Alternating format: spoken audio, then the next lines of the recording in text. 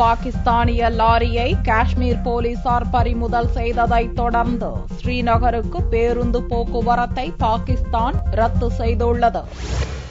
காஷ்மீர் மாநிலத்தில் உள்ள பாரமுல்லா மாவட்டம் ஊரி பகுதியில் இந்திய பாகிஸ்தானிய வர்த்தக வசதி மையம் உள்ளது.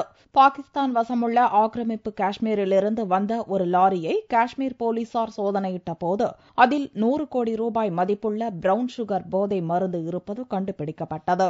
அதைத் தொடர்ந்து டிரைவரை கைது செய்த வடக்கு காஷ்மீர் போலீசார் லாரியையும் பறிமுதல் செய்தனர். இதற்கு பதிலடியாக இந்தியாவிலிருந்து சென்ற 27 லாரிகளை பாகிஸ்தான் ஆக்கிரமிப்பு காஷ்மீர் அதிகாரிகளும் பாகிஸ்தானிலிருந்து வந்த 49 லாரிகளை காஷ்மீர் அதிகாரிகளும் சிறைப்பிடித்து வைத்துள்ளனர். திங்களன்று இந்த விவகாரம் விஸ்வரூபம் எடுத்தது. ஸ்ரீநகரிலிருந்து பாகிஸ்தான் ஆக்கிரமிப்பு காஷ்மீரில் உள்ள முசாபராபாத் வரை இயக்கப்பட்டு வந்த பேருந்து சேவையை பாகிஸ்தானிய அதிகாரிகள் ரத்து செய்துள்ளனர்.